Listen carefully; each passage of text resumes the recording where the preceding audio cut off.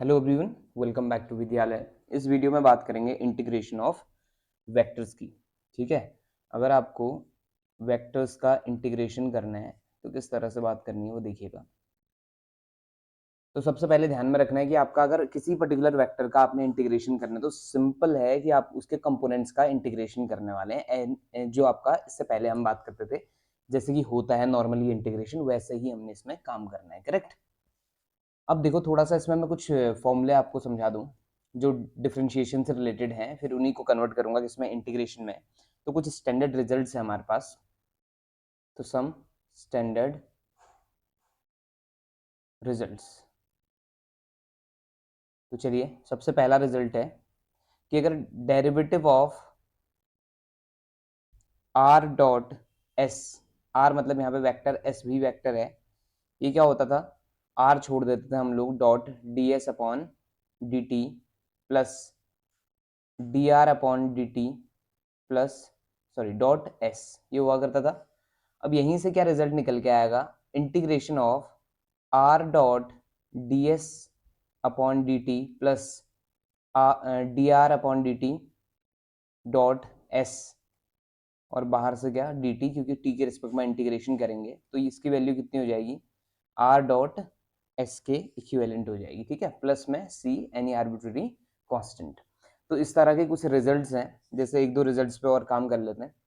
ये भी एक result, D by D T of R square, अगर आर स्क्वायर है यानी कि वेक्टर आर का स्क्वायर, तो ऐसे केस में आपने इसका जो डेरिवेटिव होगा वो क्या होना चाहिए, R dot to R dot D R by D T, ये इसका डिफ्रेंशिएशन हो गया। ठीक है, अगर आप इसे क्या करते हैं इंटीग्रेशन में कन्वर्ट करेंगे तो integration of two R dot D R by D T, और बाहर से कौन आएगा, डी टी आएगा, क्योंकि आपका टी के रिस्पेक्ट में इंटीग्रेशन हो रहा है। ठीक, तो ऐसे केस में आपने क्या लिखेंगे, इसका आर स्क्वायर हो जाएगा वेक्टर में प्लस सी। तो इस तरह से ये कुछ रिजल्ट्स हैं, बेसिक बेसिक रिजल्ट, जिनको आपका डायरेक्टली आप क्या कर सकते हैं, यूज कर सकते हैं अपने क्वेश्चन में। ठीक है, जैसे तीसरा रिजल्ट जल्दी से समझाऊं, तो D by D T of D are upon D T का होल स्क्वायर, इसका डेरिवेटिव क्या हो जाएगा, आर का मतलब जहां पे भी मैं आर लिख रहा हूँ ना, इसका मतलब आप समझ जाना है ये क्या है, वेक्टर है। ठीक है, तो ये हो जाएगा two D R by D T और dot D two R by D T two. Correct, तो ये बन जाएगा आपका तीसरा रिजल्ट, कुछ ऐसा है। और यहाँ से अगर इंटीग्रेशन में कन्वर्ट करते हो इसको, तो two times of D R by D T dot D two R by D T two D T is equal to what, D R by D T का whole square, that's it, plus C. ये हमारा result हो गया। Clear है, तो ये आपका directly ना ऑप्शन बन के आ सकते हैं, उधर क्वेश्चन बन के आएगा कि आपका इनमें से कौन किसका इसका इंटीग्रेशन होगा, तो नीचे ऑप्शन दिए होंगे, आपको वहां डायरेक्टली सेलेक्ट करना है इसको। ठीक है, हो जाएगा इतना। या आप अगर कहीं पे इस तरह से देखते हैं कि आर प्लस एस और ये डी टी, तो ये डिस्ट्रीब्यूट हो जाता है। एक चीज ये आप समझ जाएं कि डिस्ट्रीब्यूट कर सकते हैं, कोई प्रॉब्लम नहीं है। जैसे कि हम पहले भी जानते हैं कि अगर इंटीग्रेशन आपने किया हुआ है कभी भी, तो ये चीज आपका डिस्ट्रीब्यूटिव प्रॉपर्टी इंटीग्रेशन का हिस्सा होती ही होती है। करेक्ट, चलो ये आपकी कुछ प्रॉपर्टीज आपने ध्यान देनी है। उसके अलावा अगर कोई क्वेश्चन दिया हुआ आपसे कहता है कि इंटीग्रेट द गिवन वेक्टर, तो ऐसे केस में आपने क्या करना है, मान लो एक क्वेश्चन दिया हुआ है, कहता है कि आपका एफ टी एक वेक्टर है, कुछ इस तरह। एफ टी बोलने का मतलब है यहाँ पे टी जो है ना, वो इन टर्म्स ऑफ टी, आपका जो वेक्टर होगा उसकी वैल्यू किसके टर्म्स पे होगी, टी के टर्म्स पे। तो टी माइनस टी स्क्वायर आई कैप दिया हुआ है। ठीक है, और प्लस टू टी क्यूब जे कैप और माइनस थ्री के कैप। ठीक, अब वो कहता है कि आपका फाइंड, नंबर एक पहला क्वेश्चन है, integration of F T D T, और सेकेंड क्वेश्चन है integration of F T D T but from one to two. तो ये डेफिनेट वाले में आ गया और ये इनडेफिनेट वाले में आ गया। ठीक है, ये किसमें इनडेफिनेट और ये किसमें डेफिनेट। करेक्ट, जिसमें लिमिट दे दी वो डेफिनेट हो गया, जिसमें लिमिट नहीं दी है वो इनडेफिनेट हो गया। तो दोनों को किस तरह से सॉल्व करना है वो हम आपको आपका क्लियर करते हैं। ठीक है, चलो आ जाओ। तो जैसे ही आप इंटीग्रेशन करने निकलेंगे, फर्स्ट पार्ट कर रहा हूँ, एफ टी dt का इंटीग्रेशन कर रहा हूँ, तो मैंने सबसे पहली लाइन आपको बोला था कि आपका इंटीग्रेशन ऑफ वेक्टर का डायरेक्ट सेंस ये है कि आप कंपोनेंट्स का क्या कर देंगे, इंटीग्रेशन कर देंगे बस। ठीक, तो इंटीग्रेशन ऑफ क्या हो जाएगा, t minus T square I plus integration of, और साथ में dt लगाना मत भूलना, ठीक है। और इसको ना और बेहतर है कि आप ऐसे लिख लें, आई को बाहर ही लिख दो, क्योंकि टी का खेल है ना, वो तो इंटीग्रेशन तो टी पर है, तो आई बाहर छोड़ दो आप, कोई प्रॉब्लम नहीं। और इंटीग्रेशन ऑफ क्या, टी माइनस टी स्क्वायर और साथ में डी टी, और प्लस जे बाहर छोड़ दो, और इंटीग्रेशन ऑफ जे कैप, और ये आपका इंटीग्रेशन ऑफ 2t³ और डी टी आ जाएगा साथ में, और माइनस के बाहर छोड़ के 3 भी आप बाहर छोड़ सकते हैं, इंटीग्रेशन ऑफ क्या आ जाएगा, डी टी आ जाएगा सिंपली। करेक्ट।